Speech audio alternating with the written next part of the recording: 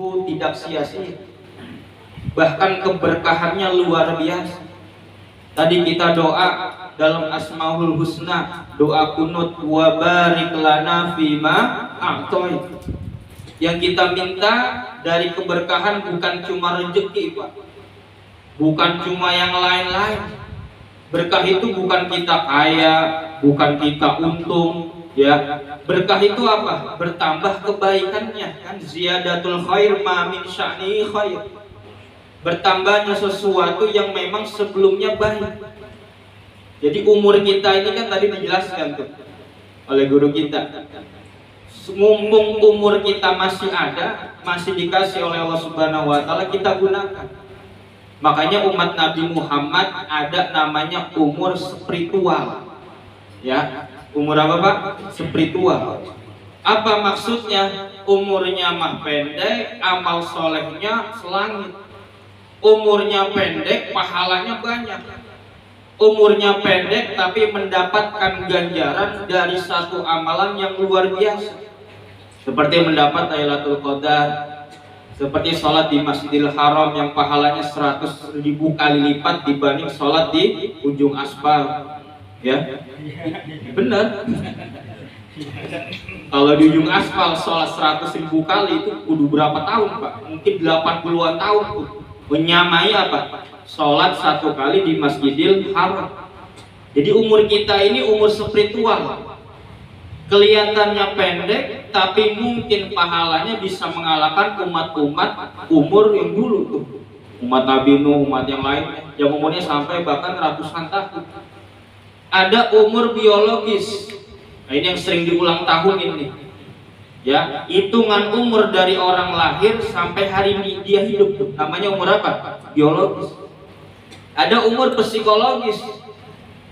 Anak muda ngomongin masa lalu dia tua, tapi orang tua ngomongin masa depan dia anak muda. Namanya umur apa itu? Psikologis. Udah jangan kita bahas yang lalu, Pak. Kita bahas yang akan datang. Ada umur kedewasaan. Iya, umurnya 30 tahun, tapi perilakunya kayak bocah 15 tahun. Nah, itu berarti belum apa? Belum dewasa. Ada bocah umur 20, 15 tapi dewasa. Nah, berarti dia sudah apa? Sudah dewasa. Nah, ini umur ini penting. Karena keberkahan hidup kita tergantung cara hidup kita, termasuk daripada umur. Ya, kita minta keberkahan dalam umur kita, Pak. Amin ya robbal alamin. Itulah kenapa Ibrahim bin Adham itu menasehati kafir zindik yang nggak percaya barokah. Nggak percaya, Pak. Ya, nggak percaya itu mereka adanya apa? Alam kubur, ya, alam barzah, hari kebangkitan, hisab, adanya jembatan, adanya surga, adanya neraka. Nggak percaya. Bagi mereka adanya apa? Hukum karma. Ya, di dunia kata mereka ya hukum karma aja. Mereka mengatakan nggak ada berkah, kaya ya kaya, miskin ya miskin. Tapi kata Ibrahim bin Adham, coba lihat perumpamaan hewan kambing dan anjing. Kira-kira kambing dan anjing mana yang berkah, Pak? Dari segi apa? Dari segi banyak dah, dari segi aspek. Kata si kafir zindik, ya yang berkah mah ya kambing lah. Ya jelas, kambing lebih apa? Lebih berkah daripada anjing. Tapi alasannya bukan di situ. Ditanya sama Ibrahim bin Adham. Kalau ditanya, ketika anjing itu lahir dan kambing itu lahir, banyakkan mana anaknya, Pak? Ya anjing. Anjing sekali beranak bisa berapa? 8. Bisa 7. Ya. Kalau kambing paling banyak berapa? 2. Ya. 3 lah, 3 udah jarang. Ya. Kalau udah 5 udah kiamat tadi. Tapi kita lihat sekarang, Pak. Yang paling banyak beranak anjing. Anaknya. Kambing lebih sedikit, tapi sekarang hari ini banyakan mana, Pak? Anjing apa kambing, Pak? Kambing. Banyakan? Kambing. Oh kan diternak, iya kita lihat. Yang paling banyak disembelih ya kambing, bukan apa? Bukan anjing. Nggak ada itu. Akikah apa motongnya? Motong anjing nggak ada. Yang ada motong apa? Pasti kambing. Sate Madura, Pak ini daging apa? Daging kambing, nggak ada daging apa itu. Ke pasar Kerangan nanya, Bang ada yang jual daging anjing nggak? Oh ini orang gila, ya. Pasti daging apa? Kambing. Ya. Dari segi keilmuan, wah ini anjing lebih pintar daripada apa? Kambing. Ini besok kita hari raya Korban. Itu alat penyembelihan yang boleh itu yang pertama yang tajam tentunya. Yang kedua nuhasan. Nuhasan ini baja boleh. Zujajan kaca boleh. Hajaron muhaddadan batu yang ditajemin boleh. Sikin ya pisau jelas hukumnya boleh. Yang nggak boleh apa Pak untuk motong hewan? Sinun gigi, azmun tulang, zufrun kuku, kagak boleh ketiga ini. Setajam apapun tulang nggak boleh buat motong kambing. Punya gigi apa tuh, gigi monster kali ya, gigi dinosaurus kalau bisa, tajam dia, nggak boleh buat motong apa? Motong kambing. Kuku misalnya punya kuku gede, tajam ya, nggak boleh buat motong apa? Kambing. Tapi ada satu kuku, ada satu gigi yang gigi itu menjadi halal ketika dia melukai hewan dan bisa membunuhnya. Gigi apa Pak? Gigi anjing. Anjing kan najis Pak, mughaladzah. Tapi kalau mukallaf dalam surat Al-Maidah, wa ma'alamtum minal jawarih mukallabin, ketika anjing itu terdidik, ya sekolah dia, ya punya ijazah tuh, udah lulus pendidikan. Yang kalau kata bosnya tangkap tuh kambing, dia kejar, ambil tuh, ambil balik lagi. Nah, itu namanya udah apa itu? Udah terdidik, udah sekolah. Dan saya kira sekolahnya lebih mahal daripada sekolah apa? Sekolah manusia. Itu kalau kata yang punya anjing, gitu misalnya ya, dikejar tuh kambing, digigit lehernya kambing. Yang punya ngejar itu hewan mendapati anjing itu menggigit leher, kalau masih hidup boleh disembelih. Tapi kalau udah mati cukup. Ya. Ini halal kambing ini kita makan Pak, sekalipun digigit binatang apa? Binatang anjing. Ini istimewanya apa? Binatang anjing dibanding kambing tadi. Ya. Dari segi ketampanan saya kira anjing lebih ganteng Pak daripada kambing. Ya enggak? Mana ada jenderal megang tambang kambing bandot gagah gitu, ada gak Pak? Gak ada. Satpam sampingnya ada anjing yang gede tuh, gagah dia, takut orang. Tapi kalau megang tali kambing ya turun banget sih. Gak ada. Dari segi nasab Pak, anjing Al-Kahfi kan masuk surga itu. Ya, dia suka lihat pemuda beriman kepada Allah, dia jagain itu. Ya, kalau kambing nasabnya saya kira yang ada dari surga ke dunia itu. Kambing pengganti Nabi Ismail ketika disembelih Nabi Ibrahim alaihissalam. Artinya lebih mulia yang masuk ke surga daripada yang diturunkan ke dunia. Makanya kalau ketemu anjing jangan ditimpuk Pak. Jangan dia apa? Jangan diusir. Dia nenek moyangnya ada yang masuk apa? Masuk ke dalam surga. Lalu punya engkong belum tentu engkong masuk apa? Masuk ke dalam surga. Nah itu keberkahan seperti itu kata Ibrahim bin Adham. Maksudnya apa? Kambing berkah karena dia tidur di petang hari. Anjing gak berkah, dia gak berkah dia. Meskipun banyak keunggulan, karena dia sepanjang malam menggonggong dan baru tidur ketika mau subuh. Kita lihat tengah malam ada anjing lagi, ada yang lagi apa? Ada yang lagi patroli, ya, ada yang lagi main gaple, ada yang lagi, ya, ada gitu Pak. Ada yang lagi mabok, ya. Mau subuh baru dia tidur, tapi kambing nggak ada Pak. Coba yang punya kambing, siapa yang miara kambing? Dia pasti sore udah tidur dia. Subuh dia udah bangun. Nah artinya apa Pak? Perbaiki pola hidup kita kalau pengen berkah. Ini bukan pengen ngikutin kambing Pak. Artinya apa? Jangan tidur terlalu malam, subuh kita harus bangun karena pagi hari didoakan oleh siapa? Nabi kita Muhammad Shallallahu Alaihi Wasallam. Sebenarnya malam ini saya ada haul Pak. Bapak Muhammad Ahsan tuh, tukang belakang tukang bakso dekat Masya Wajah. Cuman pas Buya ke rumah itu saya lupa itu. Ada malam Senin tuh apa? Undangan haul. Malam, pokoknya lupa gitu ya. Saya baru ingat tadi lah, iya. Ya. Pak Haji masih di Jonggol Pak, bawa saya. Saya suruh pulang. Wah termalu nggak ada orang dia. Iya artinya saya kesini, Bapak sono gitu ya, biar ada apanya, biar ada penggantinya. Ya saya kira itu ketentuan Allah Pak, saya bisa hadir di sini. Dan saya nggak boleh Pak, Buya mohon maaf ya ada haul kemarin lupa bilangin, saya nggak hadir di sini. Itu kayaknya memutus harapan seseorang. Dan ini diharamkan dalam agama dan ini nggak boleh. Ya, ini ada kisah menarik dari Imam Ahmad bin Hanbal. Cerita ini saya dengar dari almarhum Kiai Haji Rizki Zulkarnain, mantunya Kiai Saifuddin Amsir. Itu beliau memberikan satu cerita kegigihan seorang alim besar Imam Ahmad bin Hanbal di dalam menuntut ilmu. Ya, Imam Ahmad bin Hanbal ketika mendengar pada satu daerah ada orang yang meriwayatkan hadis, dia punya hadis Pak. Tidak lama langsung mencari orang tersebut yang punya hadis, yang bisa meriwayatkan hadis, yang ujung-ujungnya nanti ke siapa? Ke Rasulullah Shallallahu Alaihi Wasallam. Dia cari itu alamatnya, dia tanya, ya sasar susur, cari sana, cari sini. Akhirnya ketemu nih orang yang punya apa? Punya hadis tadi. Ya, cuman didapati perawi hadis ini lagi ngempanin anjing. Malam ini anjing mulu nih ceritanya.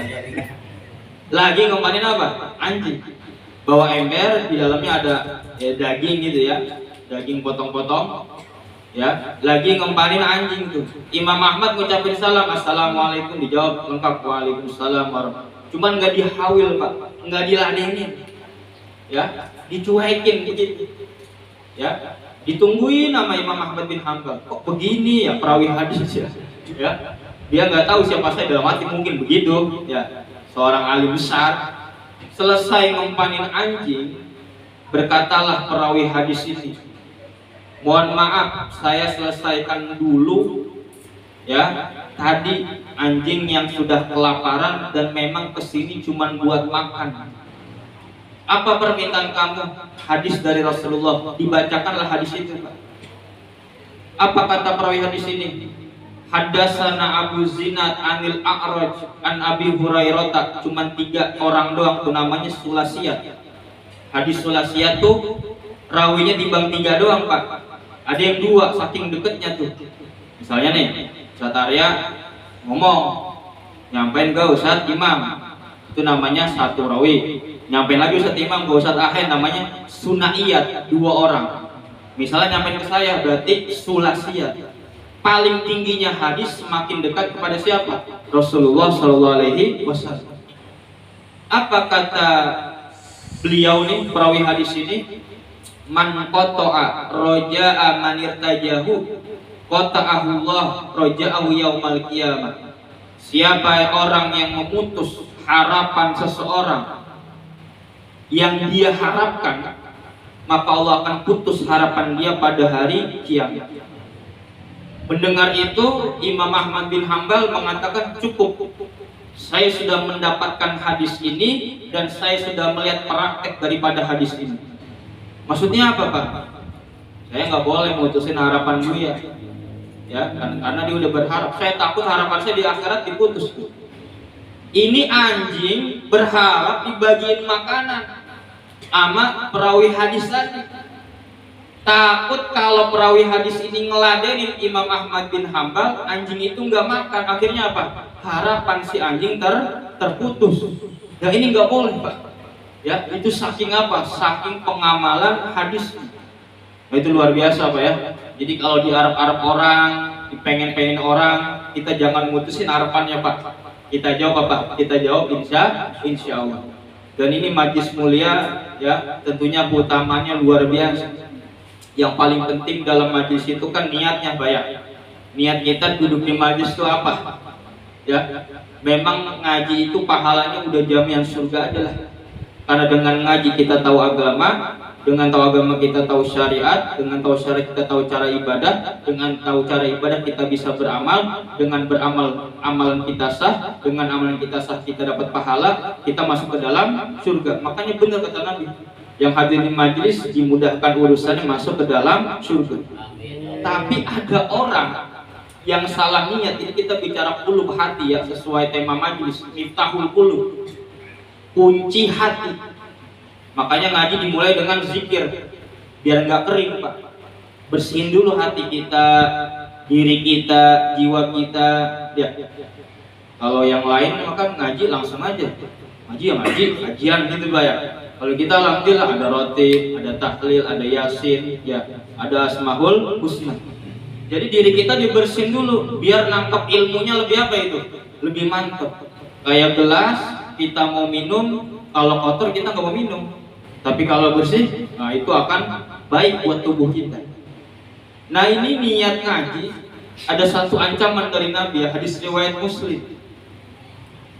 Man talabal ilma liyujariya bihil ulama aw liyumariya bihis sufaha aw yasrif wujuhan nasu alaihi adkhalahullahu an-nar. Oh ini serem juga sebenarnya Pak ya. Siapa yang nyari ilmu liyujariya bihil ulama, untuk menyombongkan diri, riya dan sum'ah di hadapan para ulama ya, wah segala macam dipamerin ya. Ini jangan seperti itu ya. Kita ngaji yang ada apa, kita ingin ngambil ilmu, naf'a wal intifa, ifadah wal istifadah. Yang kedua, awliyumariya bin sufaha, jangan bodoh-bodohin orang bodoh, berdebat dengan orang bodoh. Ya, yang ada justru kita bagikan ilmu kepada orang yang bodoh. Yang ketiga, aw yasrif wujuhan nas, memalingkan wajah manusia ke kita. Ada yang dicari harta, ada yang dicari jabatan, popularitas. Nah kalau ini nyata kayak begini, adkhalahul nar, Allah akan masukkan orang itu ke dalam api neraka, lawannya daripada surga ya, nauzubillah min dzalik. Makanya hadis niat itu kan Nabi sampaikan ketika ada sahabatnya pengen ke kota Madinah menikahi perempuan namanya Ummu Qais ya. Siapa yang hijrah ke Madinah untuk perempuan yang tiuha yang dia akan nikahi, ya dia dapatnya hijrahnya, pahalanya itu aja, niatnya nikahin perempuan. Ya, itu yang pertama, perbaiki niat kita. Yang sering kita suzon aja dah, ya. Yang ada bukan nambah dosa, nambah pahala ya, ada nambah apa? Nambah dosa. Bocah kemana itu ya? Ngaji ya, si bulan nggak ngaji, diain dah. Kita apa? Husnuzon aja. Dia nggak datang mungkin apa? Ada kesibukan. Kita yang hadir alhamdulillah, yang nggak hadir jangan diurusin, ya, jangan dipikirin. Ya, itu yang pertama. Yang kedua, dalam menuntut ilmu, nah ini banyak guru-gurunya. Pentingnya kita apa? Belajar ada apa? Ada gurunya. Ya, itu kan ada dua kisah yang masyhur Pak. Ya, tentang orang yang suka belajar, baca kitab tapi nggak ada apa? Nggak ada gurunya. Ya, kisah siapa? Tumal Hakim. Tumal Hakim ini terbunuh dirinya sebab dia salah membaca hadis dari Nabi kita Muhammad SAW. Sampai Abu Hayyan membuat satu syair, Izarun taluluma bi ghairi syaikin, kalau engkau pengen ilmu tanpa guru, dolau ta'anis siratil mustaqim, engkau telah sesat daripada jalan yang lurus. Wa taltabisul umura alaika, urusan kamu akan tercampur, hatta takuna adalla min Tumal Hakim, sampai engkau lebih sesat daripada Tumal Hakim. Tumal Hakim ini Pak dokter, babanya juga dokter. Babanya ini yang udah meninggal mewarisin banyak kitab, ya, termasuk kitab-kitab hadis. Cuman nggak diajarin anaknya itu ilmu agama atau ilmu cara baca hadis. Ya karena kitab di lemari, di bupet, lama-kelamaan apa Pak? Apa namanya kertasnya tuh? Ya buluk lah, ada yang rontok kena sesek-sesek tuh, ya. akhirnya harokatnya ada yang hilang, ya, hurufnya bisa berubah. Dibaca itu kitab hadis, hadisnya sahih, ya, yang awalnya al-habbatus sauda shifaun min kulida, daun min kulida. Habbatus sauda, jintan hitam. Apa tuh habbatus sauda? Jintan hitam itu penyembuh dari segala macam penyakit. Dia baca hayyatus sauda daun min kulida, artinya ular hitam penyembuh dari segala macam penyakit. Hayyah dengan habbah beda titik doang, Pak. Yang satu ba, yang satu ya. Ini hati-hati, Pak. Sering ngaji gak punya guru, wah itu bahaya itu, ya. Suka baca kitab, suka baca Quran, gak ada yang bener itu. Dia baca salah gak ketahuan, bener juga kagak ketahuan. Dia baca itu, dia amalin, dia ke hutan nyari ular itu yang ada di patok ular. Seterus begitu. Ya riwayat lain itu ular digodok, direbus, diminum, akhirnya udah. Ini kisah masyhur, ya, orang pintar dengan kebodohannya. Nauzubillah min dzalik. Jadi coba hati-hati, Pak, ya. Mau ngamalin apa aja, mau berguru, mau ngaji apa aja, ada gurunya minimal yang bisa apa? Nuntun kita. Karena kalau ada guru, qadahu syaitan, setan yang jadi gurunya. Yang kedua, yang ada di Mekah. Ini sama, salah baca hadis. Ya. Itu ada hadis kata Nabi, idza sami'tumul iqamah, kalau engkau dengar iqamah, ya, wa tamsyuna ila shalah, maka jalanlah engkau menuju salat. Wa alaikum bisakinah wal waqar, dan jalanlah dengan sakinah, tenang, wal waqar, berwibawa, jalan nyantai gitu, Pak. Jangan terburu-buru. Ini orang salah baca. Sekali lagi, masalah titik, masalah huruf. Sakinah dia ganti sikin. Apa sikin? Pisau. Wal waqar dia ganti wal fa'ar. Apa arti fa'ar? Fa'run, tikus. Jadi dia sholat bawa apa itu? Bawa pisau sama tikus. Dikatakan la'alla katajra'u ahadan wa tunajjisu hadal masjid. Lu bawa ini bisa melukai orang dan bisa bikin najis ini masjid. Kata dia, enggak, ini sunnah Rasulullah. Wah, gua pula kelak-kelakan lu, kata ustadz di situ, ya. Artinya apa, Pak? Kita butuh guru, gitu ya. Apapun ilmu yang kita pelajari, kita butuh apa? Kita butuh guru. Jangan sampai ya suka baca, ya kan sekarang apa-apa terjemah, Pak. Kalau diartikan salah, luar biasa. Ya, yang ada